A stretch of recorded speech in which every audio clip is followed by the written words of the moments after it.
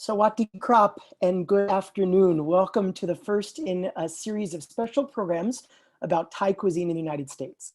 My name is Brian Hoffman and I am a guide here with Turnstile Tours.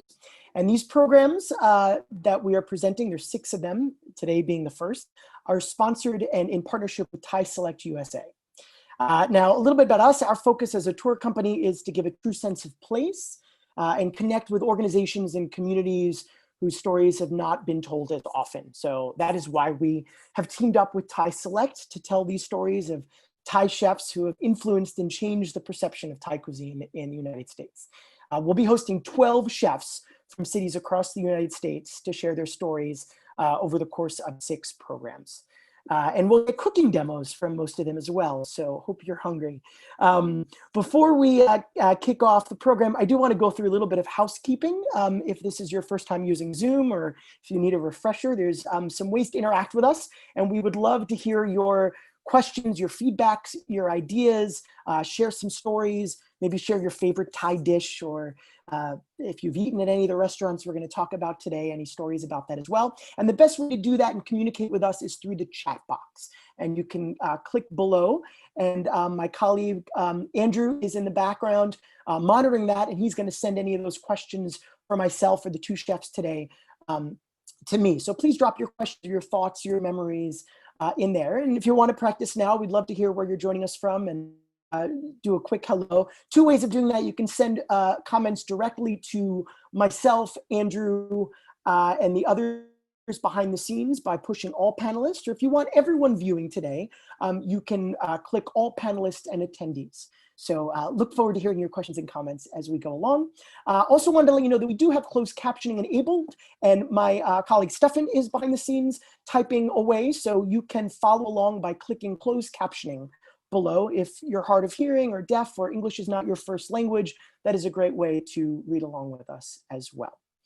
So before we bring on our 2 chefs today, the theme, I do want to tell you a little more about what we have coming up, because we do these virtual programs pretty regularly, and we have some upcoming programs with Turnstile Tours working with our partners here in New York. And so Saturday, September 19th, we're going to have a discussion with filmmaker Teresa Lung, whose father was a prisoner of war during World War II and is the subject of this film that she will be screening. So please join us on Saturday. That is a free program. And then coming up for Climate Week, we are doing 3 very special programs. As you can see here, Lower Manhattan Coastal Resiliency. We are also going to be talking with a woodworker who uses sustainable wood on September 22nd. And then on September 24th, we will be visiting Prospect Park and learning about what they are doing to help with the climate change issues happening. We also, as I mentioned earlier, have some upcoming Thai-related programs. We're doing 6 in all, and the next ones coming up are next week, Monday, September 21st. We will be talking to 2 chefs, one of who operates a restaurant in Thai Town in Los Angeles and has quite a few Thai diners at her restaurant, and one who cooks in an area where there's less of a Thai community and has educated lots of diners to Thai cuisine in Arizona. So that will be interesting, learning about their different stories and their different approaches. That's Monday, September 21st. And then the following Monday, we will be focusing on 2 of the 4 regions of Thailand. And we will be meeting chefs both in Chicago and New York to discuss Northern and Southern Thai cuisine. So please join us for those as well. Today, though, the 2 chefs we're going to be meeting are 2 that have been working in this country and owned restaurants here for many decades and have seen the changes in the perception of Thai cuisine. First, we're going to meet Chef Chai Siriyan, who runs Marnee Thai restaurant in San Francisco, California. And he will also be doing a cooking demo for us. And then following him, we will be meeting Chef Nongkran Daks, who owns Thai Basil restaurant in Chantilly, Virginia, outside of Washington, D.C. Both award-winning chefs who have written cookbooks and appeared on television and news and all of that. So very, very exciting to hear their stories, and both will be preparing dishes for your viewing pleasure. Unfortunately, we can't bring the dishes to you, but there will be opportunities to to find their recipes as well. So maybe you can make them at home. But before we do meet them, I do want to talk a little bit more about gastrodiplomacy, which is the theme of this program today. And we're going to talk about what Thailand has done. So where is Thailand? Many of you probably know it is in Southeast Asia, but there it is right here. And there are 4 geographic regions of Thailand, and the culinary landscape sort of represents those 4 cuisines. And we will be discussing those more in depth in future programs, but there it is in Southeast Asia, bordered by Laos, Myanmar, and Cambodia.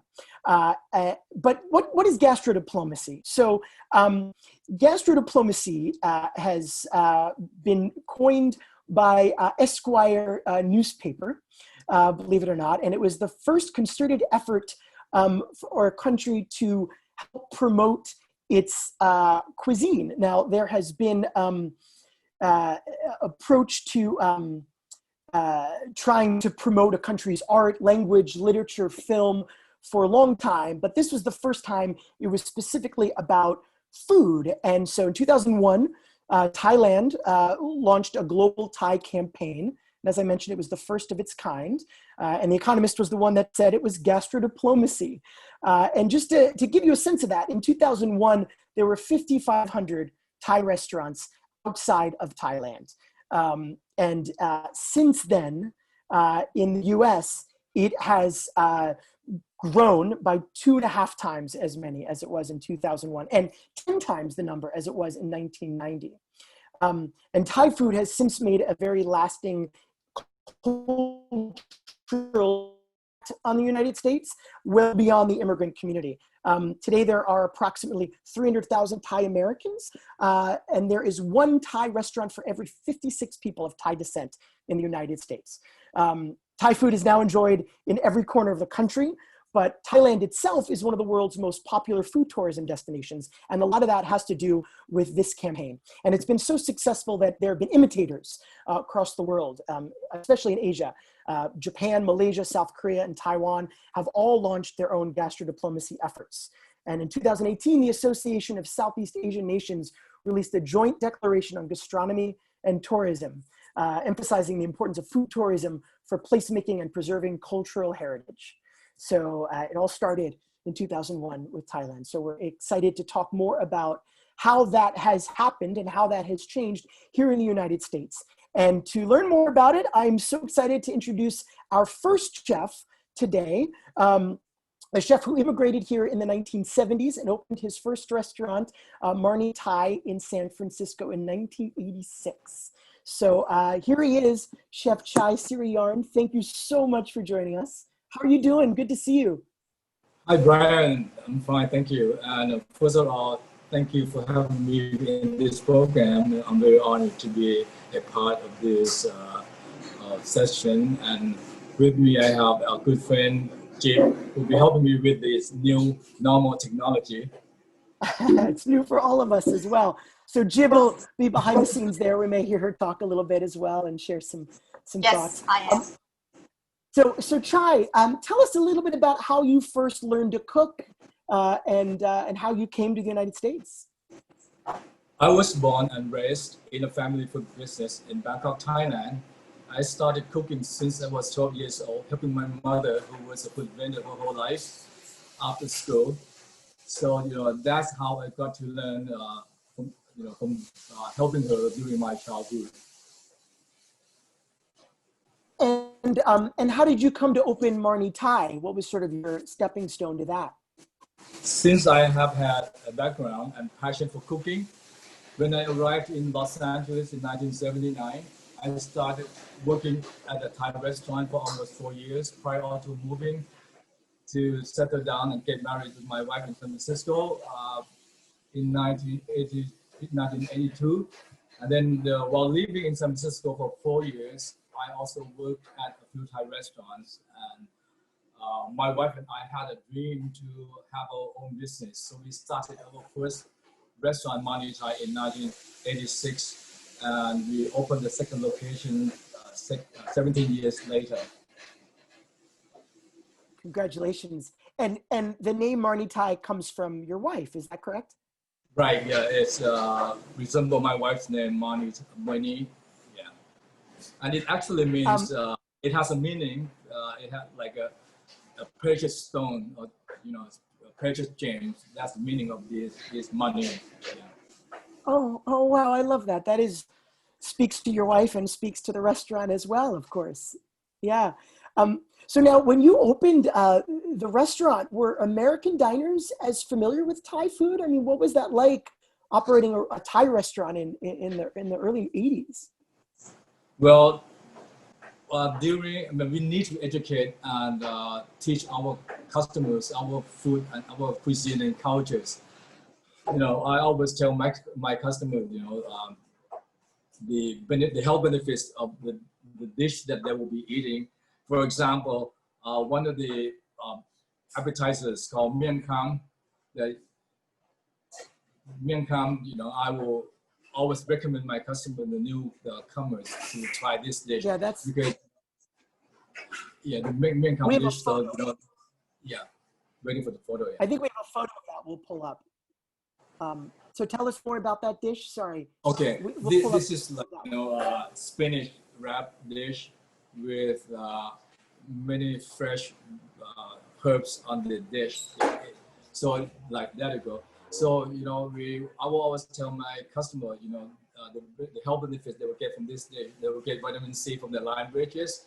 They will get protein from peanuts, calcium for the whole dry shrimps, and toasted coconut. They will get coconut oil with nourish their skin, and also shallot helps detoxify the whole body, and ginger is for the digestion, and also the herb sauce is made from the coconut sugar syrup, which is the natural sweeteners, and inside the sauce it has galangal, ginger. These are all natural antidotes, so they will get the the medicinal properties in this sauce and this dish. And then I even tell them how to eat this dish. They have to wrap and they have to eat the whole thing in one bite. So that's where they will get all the combination flavors from the ingredients. They cannot eat only half bite. If they eat only half bite, they only get half of the flavors. So they have to eat the whole thing in one bite. And that's been on your menu from the beginning, yeah? Right. Yeah. This is one of the menu, and I even recommend my customer the way we eat our culture. We will recommend the customer when we take order, try to do family style, because this way everybody gets to try everything, and we try to design or recommend the menu that we have the balance of flavors and texture within the same meal. And some customer ask for a knife. We told them that Thai people only use a fork and spoon when eating. We don't need a knife because all the meats are cut into small pieces already. So we don't need a knife. So, and then chopsticks are used only for the noodle dishes that are of Chinese origin. So this is the way that we've been educating and teaching our customer our food and culture. So I'm curious, when you first opened, were people as familiar with Thai food? I mean, how do you think the perception has changed over the years? Because you've definitely seen it being in business for 35 years. When I first arrived in Los Angeles in 1979, I worked at a Thai restaurant. I still remember most of the Thai restaurant owners, they would label their cuisine as Thai and Chinese food at that time, because Thai food was not known, and people knew Chinese food more. So every restaurant would have to say Thai and Chinese food, and then they even had to offer some Chinese dishes on the menu. And also when I opened my restaurant 35 years ago, and I really remember some of the customers, when they came to order the food, they said no cilantro, no fish sauce, and no chili. But now for the past 20 years, Thai food has become one of the most popular world cuisine.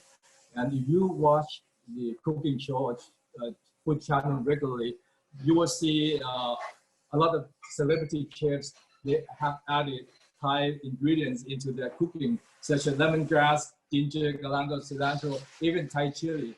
And one time I was watching a Chinese cooking show by Chef Marnee, and he was named like the father of Chinese cuisine. I saw him was using fish sauce instead of his traditional soy sauce. So this is like something to tell you how Thai food has an influence on other cuisine. Yes, absolutely. And I know you've been a part of that. I mean, you've also, in addition to running the restaurant, you've written a cookbook, and you often run classes as well, right?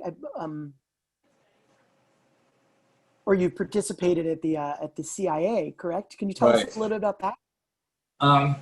For the past 20 years, I have been a guest chef at various institutions, such as the Culinary Institute of America at Greystone campus, and also at the University of Massachusetts at Amherst campus, and also at Cornell and Stanford University. I have shared my cuisine and expertise with over 400 college chefs attending the yearly chefs conference organized by the UMass Amherst every year for almost 20 years now. And I have been conducting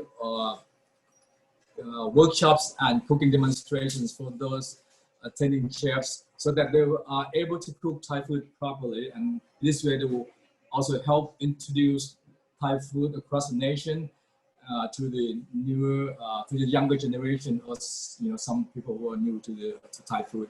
And one year, one of the attending chefs told me that he is from a university in Canada.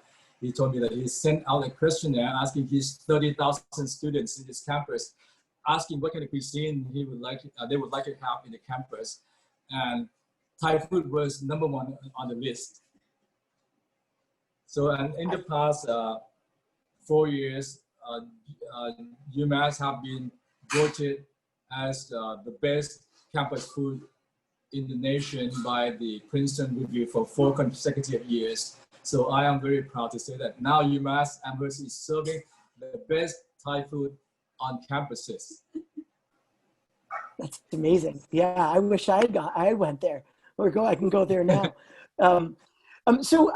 I know you're going to make a dish for us in a little bit, but tell us a little more. And if anyone, please, who's watching has any questions or has been to Marnee Thai or has any memories they'd like to share, please do drop them in the chat box, and I'll pose any comments or questions to Chef Chai. But tell us a little more about your menu and how it has changed over time. Like I said, you've been open 35 years. I'm sure there's been a few changes. Running the restaurant for over 35 years, we still, Marnee Thai is still one of the top Thai restaurants in the Bay Area, for the past 20 years. And we have been trying to maintain our food quality and service in order to be competitive, and also change to the changing of the environment and the menus. And for the past 35 years, I have been serving authentic Thai food, mostly from the central part of Thailand, which is my hometown. And besides this, central Thai cuisine, I have also been introducing the regional cuisines from the north and the southern Thailand. For example, some of the well-known North Sim Thai cow soy noodle, which is the curry noodles, and we have hang lei curry, and we also, at my restaurant, we also serve lab meal, which is minced pork salad with 14 different kinds of spices, which are very unique in the region. And also in southern Thailand, we have Penang curry. We have kuah kling, which is also minced pork dish salted with turmeric and black pepper, which is this is like unique style for the southern Thai curry paste. And also massaman curry, which was named #1 on the 50 top best dishes in the world by CNN in the last year, 2019. Besides this northern to the southern part of Thailand, I have also been introducing some of the popular street foods, such as the coconut hot cake, which has become one of the best-selling and my signature dishes at the restaurant right now. Besides, any local seasonal vegetable whenever available, like morning glory and fresh asparagus, I always offer this special for my customers. So instead of, besides their regular favorite dishes on the menu. When I know there's another dish that is very, very special to you that we'd love to hear, and we've got a photo of it. Harmak, is that correct? Oh yes, this harmak is one of the very special and unique dishes that Thai cuisine has to offer. This recipe has been passed on to me from my grandmother for 2 generations for over 50 years. My grandmother was born in the ancient city of Ayutthaya, which is the former capital of Thailand, and where the royal Thai originated. And this, one of my weekly specials that I offer at my restaurant regularly. And the recipe here is also in your cookbook. Is that correct? It is in my cookbook. Yes. Yes. So we will definitely post a link on how to get a hold of that. And this is what you're going to make today. I know you were mentioning street food is a part of it, and I don't know if a lot of people in the U.S. realize that pad Thai is street food in Thailand, isn't it? Pad Thai is one of the most popular street food in Thailand, and this is so special because I have won 2 competitions with this dish, both in Los Angeles and in Thailand at the Thai food exhibition organized by the Thailand Ministry of Commerce. And also Pad Thai was ranked number 5th on the CNN 50 best food in the world in the year 2017 as well. Well, and I think most people who've eaten Thai food in the U.S. or anywhere really certainly have had pad Thai, but I don't know if they always know what goes into it, how it's made. So we're going to get to see you create that, aren't we? Are you ready to show us how to make pad Thai? Sure. Yeah, that would be great. So Chef Chai is heading over to the kitchen. I also should mention that Chef Chai also recently won an award. He was voted Thai Select Rising Star Championship for the West Coast last year. So that is pretty exciting as well. So I don't know if anyone's tried to make pad Thai at home, but in preparation for this program, Chef Chai shared his recipe with me, and I tried to create his pad Thai at home. I am not the professional. Our chefs today are the professionals, but it was a good start, and he's given me some tips. I think there's a photo of me. We don't have to show it, but there was a photo of me eating the pad Thai. There I am one night. He's already told me what I've done wrong, which is really amazing because I'm going to try again. But you can try this yourself if you'd like with Chef Chai's recipe. Does anyone, I know that someone in the chat had mentioned that they used to live in San Francisco and Marnee Thai was their mainstay, Iris, but you live in New York now. So yeah, missing Marnee Thai, I would imagine. So very excited to hear the story and seeing Chef Chai again. Chef Chai has 2 restaurants named Marnee Thai, both in San Francisco. So we will make sure to share all of the links on how to get his cookbook and how to visit his restaurant as well. So here we are. This is a working kitchen. And so yeah, Chef, tell us if you could walk us through, I don't know how easy it will be while you're cooking, but I know rice noodles is the main component.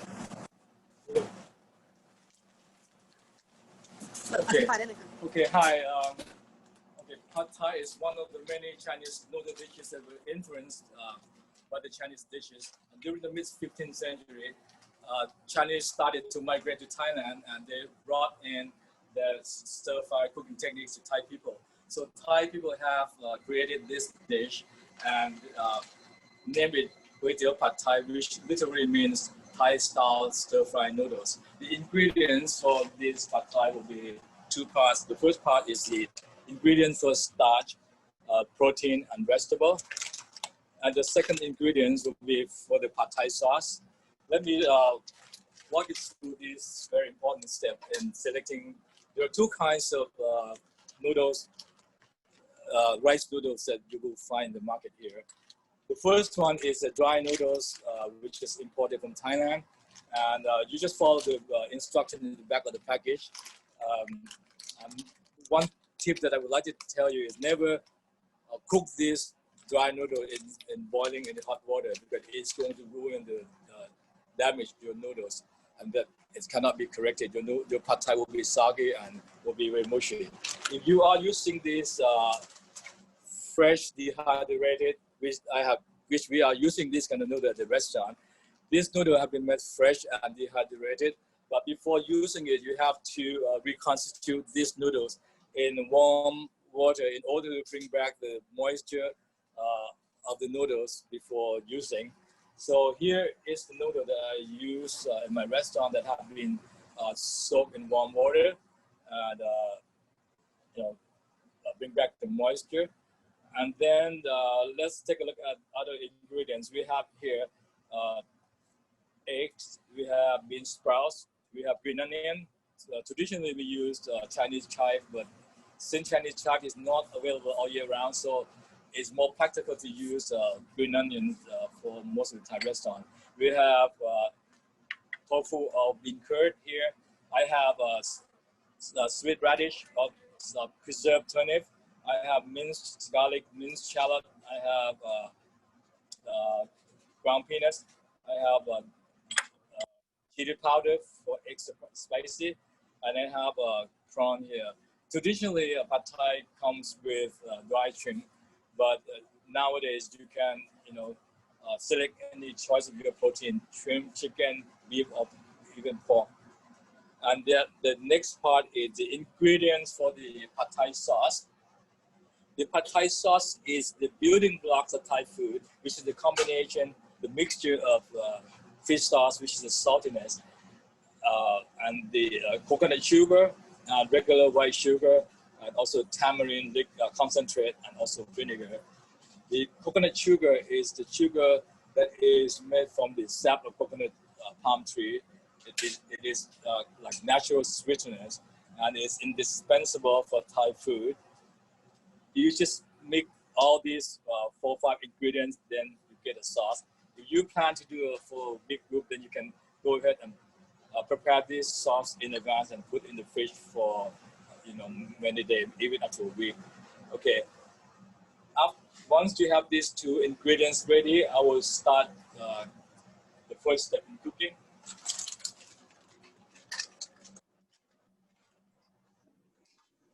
I turn on the heat. I add a little bit of oil.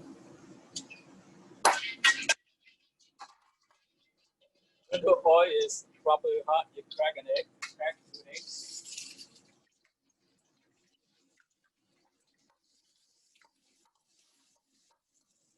Then you add fried garlic, shallot, tofu, and sweet radish. After the egg is cooked halfway, then you want to add the noodles that you dipped in the hot water. This is also in order to expedite the cooking process. And this all cooks very fast, Chef, right? This is only just a few minutes. I don't know if you can hear me. The most important tip in cooking pad thai, you have to make sure that your noodles are soft and pliable before you add the sauce in, because the sauce has sugar. It will caramelize the noodle. If you put the sauce in too soon, then your noodle will be toughened and it cannot be corrected. And then after that, you add your protein. I cook the prawn halfway for the restaurant because in order to expedite the cooking process. And then after that, you add the sauce mixture.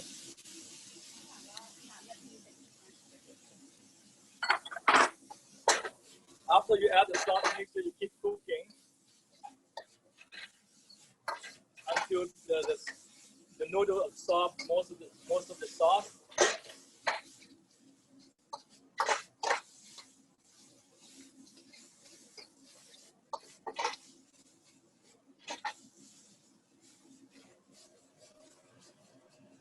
making me hungry. I'm sure everyone at home Okay, is then having the same. after that, you fold in your bean sprout and green onion.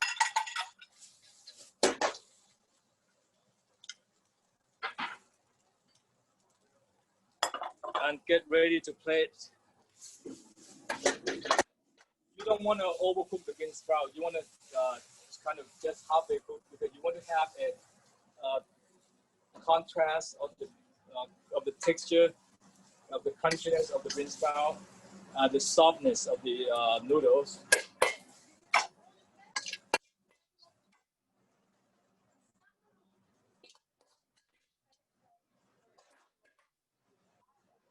And then you garnish with peanuts and chili powder if you want an extra kick on that, and then cilantro.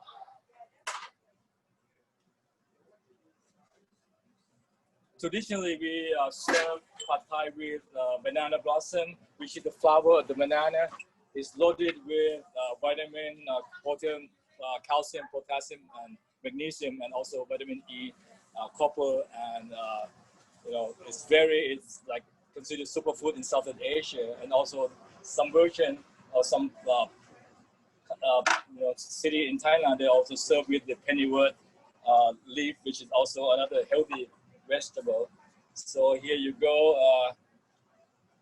my award-winning pad thai. Do we have enough time for any questions? I think we do have just a few minutes. That looks beautiful, and I can tell all of the balanced flavors of Thai cuisine, the sweet, salty, spicy, sour, are all in the dish. Someone had a question about what that's chili powder at the bottom. Is that just for like sprinkling on top and mixing? Is that what you recommend with that if people like the heat? That is the chili powder, yes, and you can sprinkle that on top. Yes. You can't hear your okay. Right. Yeah. So this is for extra kick if you want to have a spicy. So. And if you're cooking this at home, do you recommend pre-cooking the shrimp as well, or maybe that was a mistake I made? You can cook from scratch. You can start from. You don't have to pre-cook your protein because you have enough time to do that. But for the restaurant style, we need to expedite the cooking process. So. And of course, you make every single order that way. You make it all fresh. So having pre-cooked protein certainly helps speed up time. Well, this was amazing. And I think this is a dish, like I said, that many people are familiar with, many diners, but they might not understand how it's made or what goes into it. I hate to out my mother, but if you asked her the main ingredient in pad thai, she might say peanut butter, which would be incorrect. So we're learning here, all of us together. But Chef, this was really, really wonderful. This was wonderful to hear your story and hear about how you've been involved in this sort of evolution of Thai cuisine in the United States from the very early days up until now. And so, and there we see the restaurant, which is mostly operating to go and delivery, of course, during the current situation. I don't know if we could switch the camera to do a proper thank you, but this was really wonderful. If anyone has any other questions, now's the time. But we have shared with you Marnee Thai, the link to the cookbook, and Chef Chai. I just want to thank you. Oh, Cindy asked if you're open during the COVID time. Are you open for dine-in service right now? We only do the takeout. We haven't been doing any dine-in yet. We're not ready. Yes, of course. But it's good that you're able to do that and people can order. So if anyone watching is close by in San Francisco, of course, you can order Marnee Thai's. You can order Chef Chai's food from Marnee Thai. Or you could try to cook it at home. You can order his cookbook and try it yourself. Like, of course, it won't be the same, but it's a start until we're all back to normal. Chef, I can't thank you enough. This was really, really wonderful. Thank you so much for sharing your story. And it was really a pleasure. Thank you for having me. It's my pleasure. Thank you. Thank you. So that was really, really wonderful. And again, I want to thank Chef Chai. But we'd like to introduce another chef who has been on the scene here in the US for a long, long time. And she operates Thai Basil. She's won awards and has written quite a few cookbooks. You may have seen her on television. Chef Nongkran Daks, please welcome to the program. Hi there, good to see you. How are you? Hi, fine, thank you. Hi. สวัสดีค่ะ สวัสดีค่ะ คุณ Brian. Yes. Now you're at home right now. Yes. So not in a restaurant. So although you do have the restaurant in Chantilly, and is the restaurant open for dine-in, or is it only takeout and delivery as well? Or maybe Right now. half of it. We have Half to of it. make the table, much farther from each other. Of We are, course. small restaurant. Before it can sit 80 people, but now we can sit maybe 40. Right. Well, hopefully that will change soon, of course. But we would love to hear more about your story. Your entry into cooking is a little different, I think. It's an interesting story. So how did you first learn to cook and fall in love with it? Actually, my parents separated, and my mother moved to Bangkok with my younger siblings. And my father took me to live with my half sister-in-law. It means my father married before and had children much older than us. And she was a caterer, so she have a free labor from me. So she taught me how to do the curries, and she would put I don't know if you can see it here. Put all of the ingredients, in modern pesto like this, but of course it's much bigger than this. And I supposed to pound and pound and pound, so many curries each afternoon after school. So I hated them because, I'm a child, 8 years old, and I'm pretty sure, it's a lot of my tears, went in my curries. But you got At strong that moment, as well. I was thinking I have to do it, for room and board. So I had no other choice. That's how it started. I hate to cook then, but now I cook because I love to do it. I love to cook it now, but not then. Right. Well, sometimes we enter into the thing we love in unusual ways, I guess. And so that sort of brings us to Thai Basil, because I know you love running the restaurant and cooking, at least there. How did that come about? How did you decide to get into the restaurant industry? Well, in 1993, my husband was a diplomat working, in Beijing, China, and I also work at the embassy at the medical unit. So one day I invited my boss and also my co-worker, about 8 of us, to have lunch at my apartment, in walking distance from where we work. And I don't exactly remember what I cooked on that day, but first bite when my boss Thomas Yun, Dr. Thomas Yun, he said, "No, you are in wrong business. You are in wrong business. You have to do something with your food." And that comment is really, stick in my head all the time. And so when my husband retired in 1997, and for 2 years I was looking for a restaurant, and finally we purchased a failed Thai restaurant in the middle of nowhere called Chantilly. It's not too far from airport, but it's really at that moment 20 years ago, it's really in the middle of nowhere. And and so successful. Yeah, well, and congratulations. But that must have been, I would think, quite a risk. I mean, you said it was a previous Thai restaurant. So were the diners who came pretty familiar with Thai food at the time, or was there a little education you had to provide? Washington, D.C. and Virginia is more or less like transit place, a lot of diplomats of all country in the world, were there, and a lot of people who served in Vietnam War, or, they pretty much know about Thailand. But for the food, even though they might know much more than people who live in the central part of America, or in a small place, they know very few names. The best thing they know is pad thai and drunken noodle, and for curry they may know 3 Penang, red curry and green curry, and that's about all. So but I try to introduce something new to them, because I came from the south, and we do a lot of curry.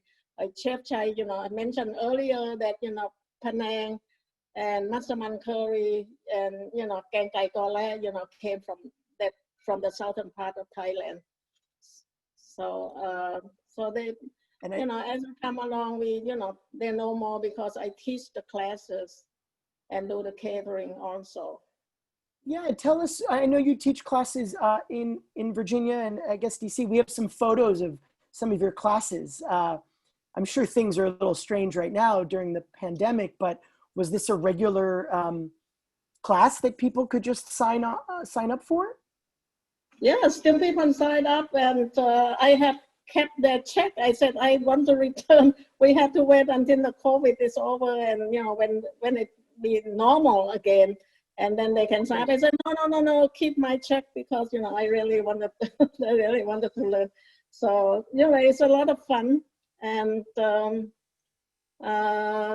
people love it, and I love teaching it. It's a time to interact with other people, and it's a lot of fun. Now, speaking about interacting with other people, this isn't your first time on a screen. You've had quite a few television appearances as well. Yeah, you mean where you've been on the Food Network. Oh, I'm talking about on television. You've had a few television appearances. I forgot to ask Bobby Frey, how did he find me? I told you from the beginning that, we are in the middle of nowhere. It's on the strip mall, which is about 40 miles west of Washington, D.C., and teeny little restaurant. From the street, you not even see my restaurant. You have to really come in, and people get lost. But anyway, Bobby Frey found me, and I forgot to ask how did he find me. And I always tell people that my restaurant is like the white elephant in the jungle, and I hate the expression of white elephant here, because it means something useless, right? But in Thailand, it means a very good thing that hard to find. The matter of fact, if someone found white elephant in the jungle, you have to present it to the king, and the king give the name, and they would give it to the zoo for children to enjoy. And so we are really elephant in the jungle at that moment. But now it's spread out. Yeah. I love that. Yeah. And you were also on the next slide. Here's the pad thai, which of course is what you competed against Bobby Flay and beat him with, the pad thai. And you've been on some other programs, and you've also written a few cookbooks, correct? Yes, I wrote altogether 5 cookbooks, 3 small one we, the first one is in Beijing called Secret of Thai Cooking. And then, 3 more smaller ones. And the last one is Nong's Thai Kitchens. And if I write the next one, I'm going to call Thai Cuisine Beyond Pad Thai. I love that, which actually speaks to what Kun Chai wrote beyond curry. So but emphasis says, mine is beyond pad thai. Beyond pad thai. Well, yeah, and I think certainly in the last few decades, I know personally, the first time I discovered Thai food was in college, in the late 90s. I guess is when It started early 2000s, I guess, when it started appearing more in the US, and it was pad thai was all I knew.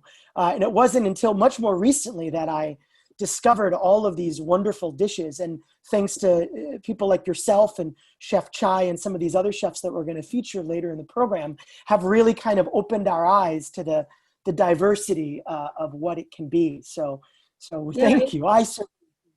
Yeah, it's funny, pad thai is only one of the dishes both foreigners or Westerners love, and Thai people also love pad thai.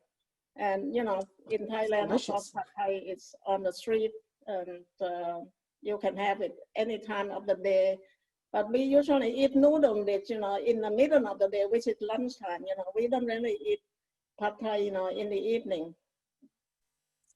Right, and it's more of like a snack you get from a food cart or something, is what I understand. And Nancy has your book, Nong's Thai Kitchen, and highly recommends it. She says it's excellent. So we've dropped into the chat box the link to purchase Chef Nongkran's cookbooks. But tell us about some of the other dishes. Obviously, you make many dishes. We have a few photos of some of your other signature dishes that we should share here. Can you tell us about some of these that we're seeing? Oh, that tricolor pickle that I developed from my friend have a Thai restaurant, and she used broccoli flowers and she throw away the stems. So one day I was there and I asked her, what you going to do with those stems? She said, throw it away because Americans only like the flower but not the stem. So I said, may I have the stems? I took it home and I make pickle out of it, and then just stem, it doesn't look so good with one color. So I add daikon, the Chinese radish, and also carrot to make it very colorful. And I gave it to her for her to taste. She said, oh my God, this is so good. How do you make it? So I told her the recipe. And after that, I don't get the stem anymore from her. So much for the good deed, huh? That looks beautiful. Today I have one to show you. It's go well with the curry. Oh yes, we're going to talk about the curry in a minute that you're preparing for us. Just some of these dishes are mouthwatering. This is banana leaves, or no? This is pandan leaves. Yeah, chicken meat marinade and wrap in pandan leaves and dip in the sauce. It's for appetizer. But Thai people, you can eat the meat with the rice also. Sure. Yeah, that's chicken wings stuffed with crab meat and chicken meat and mushroom and carrots and few other things. Very typical. And that is the curry. This is the curry we're going to see today. Yes. This is the curry from southern part of Thailand, and today that is the curry that I wanted to show you. I hope I have enough time to show at least until the chicken. Yes, please. Well, why don't we move on to it? And I think it's interesting to see Chef Chai in the kitchen, moving very fast, and as you do in a kitchen, and your home kitchen, so your family will be very lucky with what you end up with. So the name of the dish is Kang Kai Kole. Kang Kai Kole. Kole is from Malayu, language. It means back and forth, rocking. So originally, this is the marinade. You make the curry paste and you marinate the chicken. You grill them, like charcoal grilled chicken. But later, when we were in Beijing, I was very hungry for curries, and so I already know the recipe for the marinade. So, but when you add more coconut milk in it, make the sauce looser, so you can make into curry. And I wanted to show you how to make it. Please. And this recipe also is available in your book, so we've dropped in those links to try to make it yourself. The pickle and the curry in my cookbook, and you can order through Amazon. But if you go to my restaurant, I also have some at the restaurant. And I know your grandson Nathan is helping out here with the technical stuff, and we get a quick hello from Nathan. He's gonna show us. So you're gonna start the curry.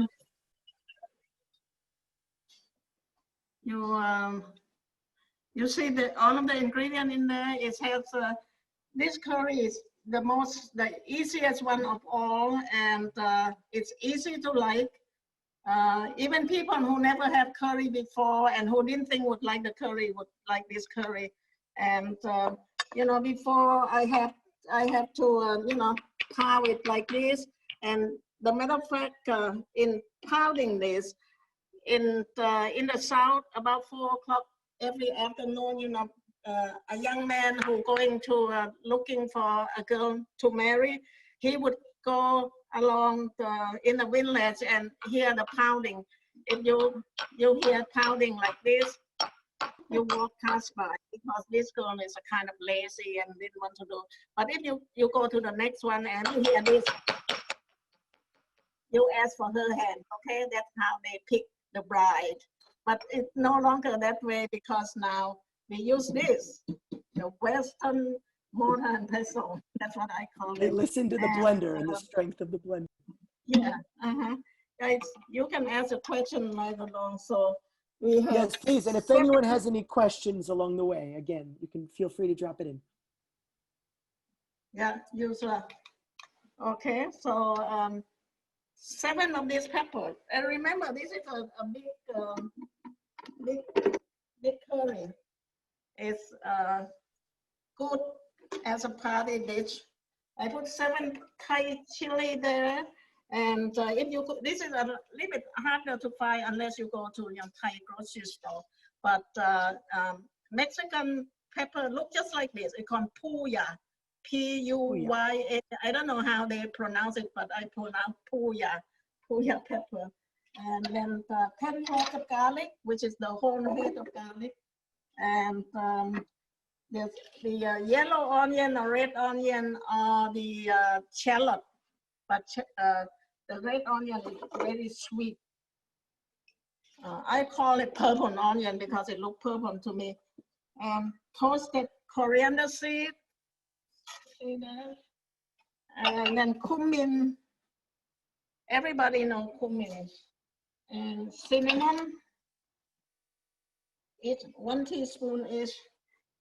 And 2 teaspoons of turmeric. Turmeric is, you know, in ginger family, Indian use a lot of this. And 1 teaspoon of shrimp paste. That's all from Thailand, the shrimp paste. And then you put water in, a 1/2 cup of water, and you blend it, and it would make a lot of noise. Going to wake up your baby. Okay. Wait. Oh, yes.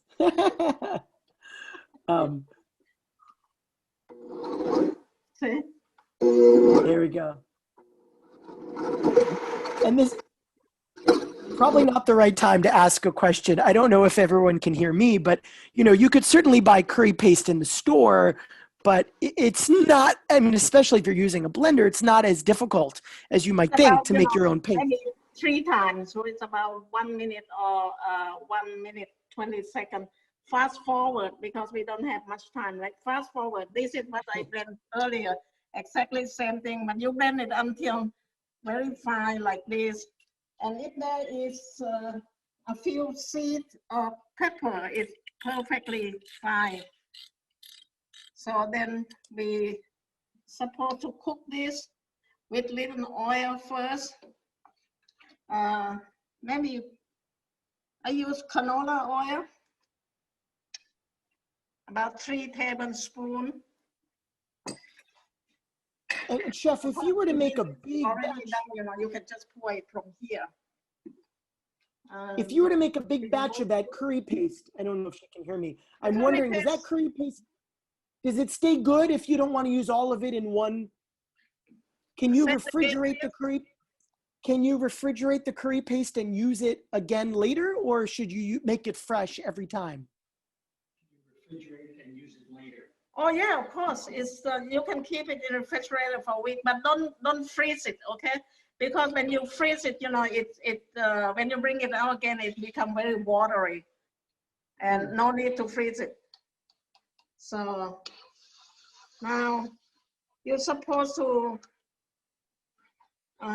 what we call is to cook until it's fragrant. That's how it would say, you know, in Thai cookbook.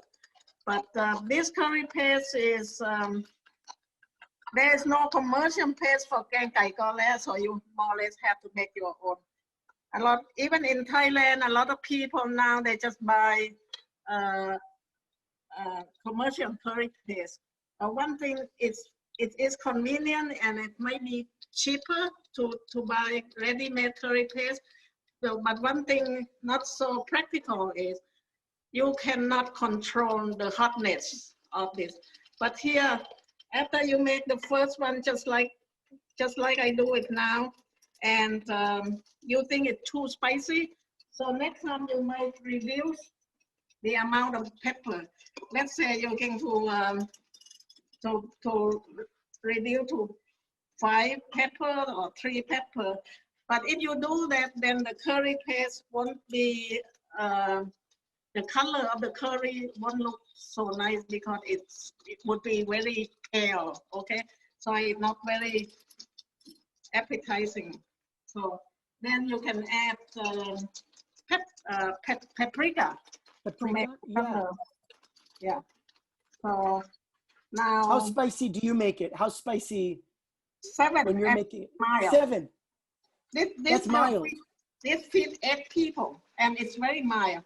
And I did not reduce the pepper, you know, just you know, for Westerner. But this curry is mild, you know, in nature. So anyway, after you cook this until it's now, if you are here, you will smell this fragrance already different from the raw curry paste.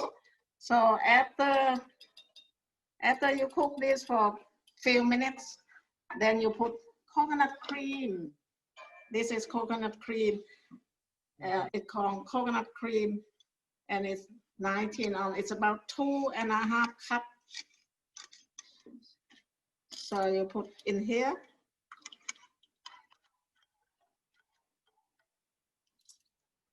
Let it come up to a boil.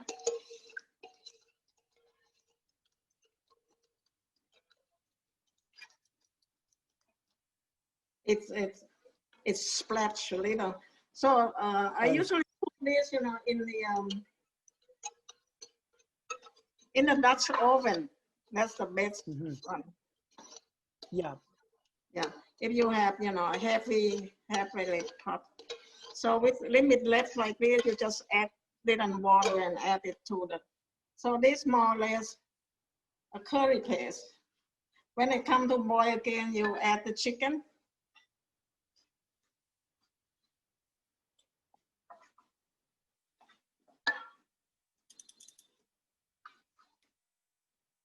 It looks beautiful. That color is very appetizing. This is the color look right, but if you reduce the pepper, you know, one time I taught a chef at one of the social function, and I taught him how to make this because he wanted to feed, you know, 100 people. When I got there, you know, I did not recognize my curry at all because he reduced to 1 pepper per recipe like this. So he only used 10, you know, he used 10, you know, to feed 100 people. So I told him, you know, don't tell anybody that you learned this curry from me. He said, I'm afraid, he's afraid that, you know, people won't be able to eat it. I said, what do you mean? You know, but if he had consulted me, you know, I would tell him, you know, you put some paprika in it, just, you know, so at least it helps with the color. Okay. You certainly eat with your eyes first. Pardon? I said you eat with your eyes, of course. You first eat with your eyes. So that, anyways, it's not, we do have another question though, from Nancy. She's wondering if you have a favorite brand of fish sauce. She notices the blue bottle there. So if you have any advice on which brand. Yeah, it's the fish sauce, you know, I believe that everything, you should start with, you know, the best ingredient. And and I always tell my students that, you know, you make Thai food, you use Thai product, because the flavor would come out right. Or at least I know that the flavor come out right or not. Now you see the curry paste is boiling, then my favorite fish sauce, you know, of course, the one that I use, this called Mega Chef. It's such a big bottle, but they also have smaller bottles. You know, I use a lot. At the same time, you know, my curry paste is boiling. You see that, and has very beautiful color. And now I'm going to add the chicken in, and I just might like this. You can put like 10 of these. So you can see it's a big pot of curry. And these are chicken thighs, yes? There's chicken thigh with bone in. You know, it's always on sale. So this one, you know, it have the skin, you know, pull the skin off, and then, you know, get it up. You can see even in the back, you know, I try to trim all of the fat. So because this is so from now on, you know, you let it cook for about 45 minutes. I usually don't disturb or, you know, stir it. I usually check the pot like this, check the pan like this, because I don't want the meat to fall apart. But of course, right now, you know, it's still slowly cooked for about 40 minutes. Let me wash my hands first. Okay. And if anyone try this, I am planning on making this week for my family. I hope I don't I do a better job than I did with the pad thai, but I'll try again if not. So you can try it yourself as well. You can reach out to Nongkran. You shoot her a message through their website, which we dropped into the chat box, or of course you could pick up the cookbook and you'll get all of the recipes from that cookbook to try as well. Yeah. And so you have a finished version of this as well, I think, right? Is that? The magic of Zoom. Yes. Why that? Oh, what did you ask me? I did also want to mention something that Karen posted in the chat box. She said that your book gives a lot of great information about ingredients and sauces and how to cook rice. She says there are shortcuts for making some of the condiments used by the Thai with many dishes.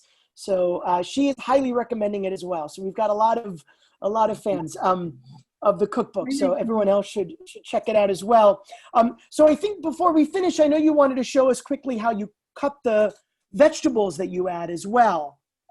I know we're running close to time. The vegetable, you know, if I have little time, what happened to my peeler? Excuse me. Sure. No. So this is, you see how different this is, cooking at home versus cooking in a restaurant where you have, you know, everything set up for everyone. So, you know, my mother always said, you know, when you do something, you might as well, you know, do it pretty, because it takes about the same time. This is a papaya peeler, but I like, you know, to peel my vegetable with this and that. So this is how I cut. Tradition, of course, this curry is adapted from the barbecue, so they don't have any vegetable in it. But potato, you know, it tastes so well in the curry. So you see, I got each thing, I got 6 pieces, each about equal size, cut very prettily with that And you know, the carrot, you want to do the same thing. It would be, you have this very pretty.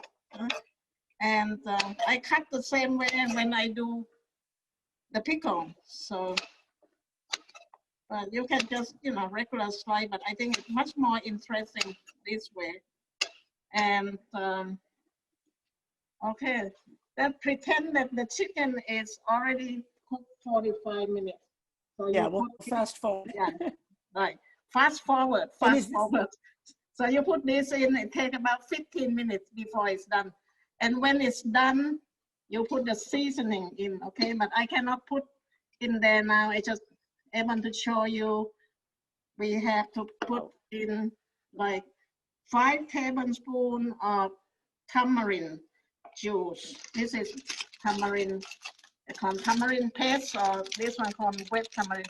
Come from Thailand. That one come from India, and some from somewhere in other country. But like I said, the one that come from Thailand, it just have, you know, the right flavor. So we break off a small piece, about 2 tablespoons, and you soak in like 1/3 cup of water, because we need 5 tablespoons. So you squeeze it like this, and remove the pulp. And if some of the pulp is go in there, it really doesn't matter, because it's edible anyway. Okay. So I have the one that I made, you know, earlier, just to show you. So throw this out. I put it in there. And so you need, let's say after the chicken, after 45 minutes cooking the chicken, 15 minutes later, you put this vegetable in, and before it's done, you put 5 tablespoons of this tamarind. It looks like prune juice. It's about this consistency, you know, not so thick, not so thin. There is the one tamarind juice that comes in a can. It's very, very thick, and I have never used that, but some of my students forgot to dilute it, and she said she had to throw away the whole pot of curries, and that's really a shame, because I prefer to break small pieces and use it this way. And I use it fast because, you know, I also use to make, you know, my pad Thai sauce. Also need this. Right. So it's better. You can keep definitely, you know, in refrigerator. And when you go to buy it, if you have a choice, you look at the color. If the color is a kind of reddish brown, that would be newer. I mean, it have not been on the shelf too long. But if you keep it outside, it would turn black, more or less. It's still, you still can use, but you know, like it's not as fresh. And then the palm sugar is, you know, like this. But before you use it, you have to put a little bit of water. Let's say this much of water, and you put in microwave. This is about 4 tablespoons, but we only need 2. So if you put in microwave, it gets soft, and so you can break off, you know, a half of it for this. And how do we do with the time? So this is. I think we're pretty much at time, but we'd love to see the finished. Do you have the finished dish? The finished dish. This is the chicken curry that I made earlier, and it's, you can see that, you know, because I don't stir it and disturb it sometimes, so it's still, you know, nice big piece. And you know, I have more sauce. I put a bit more sauce in. No, okay. And the rice, I like to, this one, you know, I mix jasmine rice and, you know, with the organic red rice, and the pickle, tricolor pickle, and cucumber pickles, you know. We usually eat with this. Oh, so it's a big pot of curry, and I hope you can, today you eat with your eyes, but yes, that's what this I was weekend saying. you can make it and and enjoy well, it. I will report back, and I hope everyone who's viewing today either makes their way to Thai Basil or tries their hand at Chef Nongkran and Chef Chai's two wonderful dishes and more today. So this was really, really wonderful. Chef Nongkran, thank you so much for your time and for sharing this beautiful recipe with us that I have no doubt is incredibly Thank you delicious. so much for inviting Thank me. you so much. And I wanted to thank you people and all of the Thai food lovers anywhere in the world, even in Thailand. Yes, And also indeed. thank you, Nathan, my favorite cameraman. You're right. Even you If have Chef it for lunch today. And if Chef Chai is still viewing, would like to come back on and say a proper farewell. I don't know if he's still. We did talk about this, so it's okay if he is. Oh, I think we hear him coming back. Maybe slowly. Well, maybe he'll come back and say goodbye. But there he is. I want to thank you both. This was really wonderful to learn your stories and learn about how Thai cuisine has evolved into such a wonderful. I mean, it's always been a wonderful cuisine, but we understand it to be that now. You know, in the U.S. And thank you so much for. Thank you so much. It's a fun experience for me, and it's my pleasure to be part of this program again. Yeah.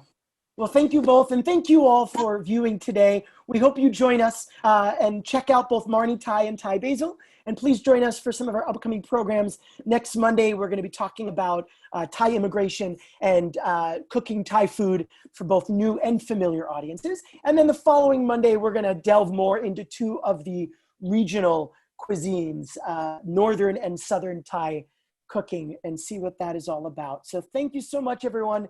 I'm sure you're all starving like I am, so go enjoy, and we'll see you again soon. Thanks so much.